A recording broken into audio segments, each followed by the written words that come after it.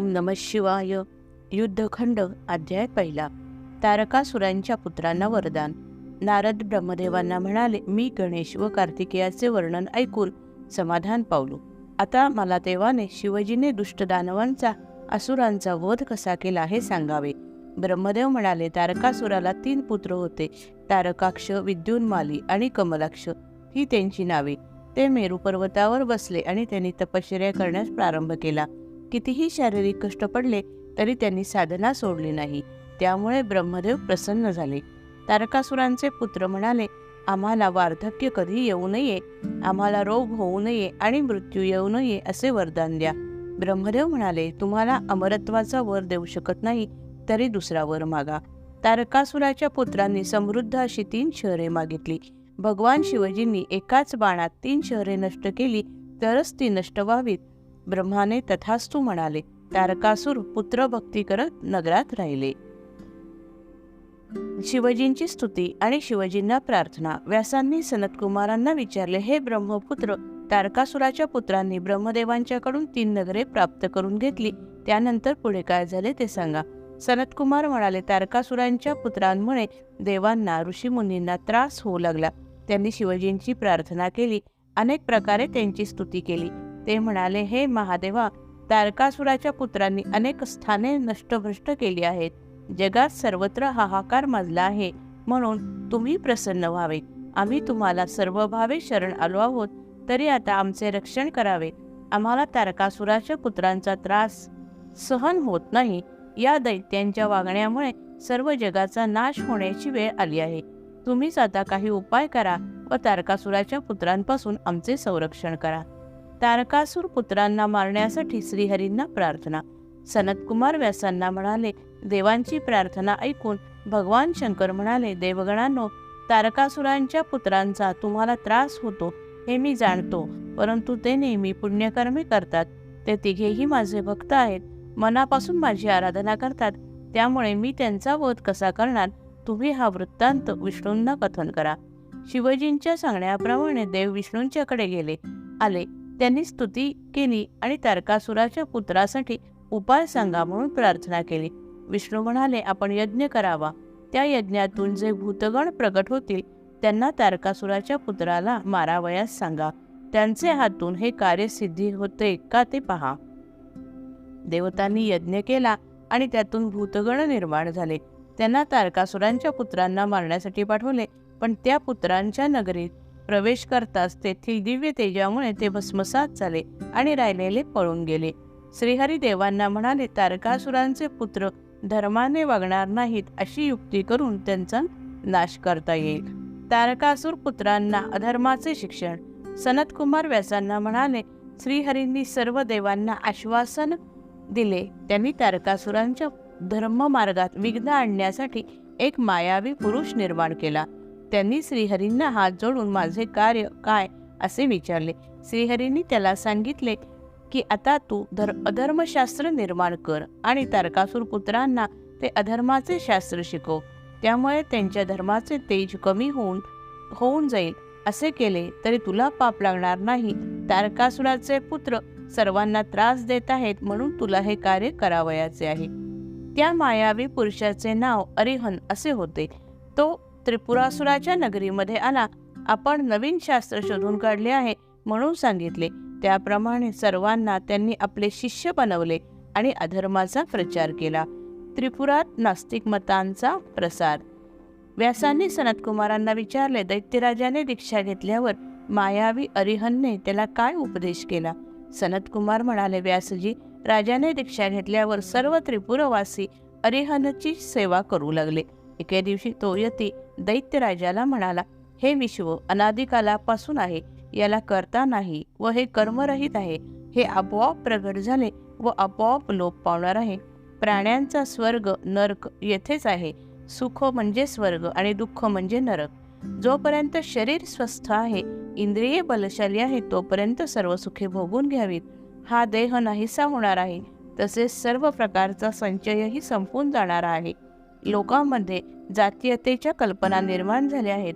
सर्व व्यर्थ आहे. अनेक वर्ण निर्माण झाले, परंतु ती कल्पना योग्य वाटत नाही. ती जुन्या लोकांची वेडगळ कल्पना आहे. यासाठी कोणत्याही प्रकारचा भेदभाव ठेवू नये. अशा प्रकारे अरिहंतने अधर्माचा प्रचार केला. देवपूजा बंद पडली. नित्य नियमितता खंडित पावली. धर्मशास्त्राचे खंडन केले. अधर्मामुळे दैत्यराजांचे सामर्थ्य क्षीण पावले. देवांकडून शिवजींची स्तुती. व्यासांनी सनतकुमारांना विचारले, ज्यावेळी दैत्यराजाची व त्रिपुरातील सर्व लोकांची बुद्धी मोहित झाली, पुढे काय झाले? सनतकुमार म्हणाले, दैत्यांनी शिवपूजेचा त्याग केला. लोक दुराचाराने वाळगू लागले. त्यावेळी भगवान विष्णू सर्व देवांसह कैलासावर शिवजींच्याकडे आले. त्यांनी महादेवांची स्तुती केली. श्रीहरींनी पाण्यात उभे राहून शिवजींचा जप केला. सर्व देवांनी शिवजींची स्तुती केली. शिवजींना सर्व समजावून सांगितले. दैत्यराजाने आणि प्रजेने अधर्माचा अवलंब केला आहे असे सांगितले. शिवजी म्हणाले, आपण मला देवराज व सम्राट म्हणालात, परंतु माझ्याकडे दिव्य रथ नाही व धनुष्यबाणही नाही. त्यावेळी देव म्हणाले, आपण त्याची चिंता करू नका. सर्वजण युद्धासाठी तयार आहोत. देवांचा शिवजींसाठी जप. सनतकुमार म्हणाले, व्यासजी, शिवांनी देवांचे म्हणणे मान्य केले. एवढ्यात पार्वती आपल्या पुत्रासह तेथे आली. त्यामुळे देवांची व शिवजींची चर्चा तेथेच थांबली. पार्वती व शिवजी कुमाराबरोबर प्रेमाने खेळू लागले. त्यामध्ये बराच वेळ गेला. त्यानंतर पार्वतीला घेऊन शिवजी मंदिरात गेले. आता काय करावयाचे हे देवांना समजेना. त्यांनी शिवजींची बराच वेळ वाट पाहिली, परंतु शिवजी बाहेर आले नाहीत. श्रीहरी सर्वांना म्हणाले, तुम्ही ओम नमः शिवाय, शुभम शुभम कुरु कुरु शिवाय नमः, ओम या मंत्राचा कोटी जप करा, तरी शिवजी तुमचे कार्य करतील. त्याप्रमाणे देवांनी मंत्र जपण्यास सुरुवात केली. श्रीहरीही जप करू लागले. 1 कोटी जप झाल्यावर शिवजी प्रसन्न झाले व समोर प्रगटले. देवांनी त्रिपुराला नष्ट करण्याची आठवण करून दिली.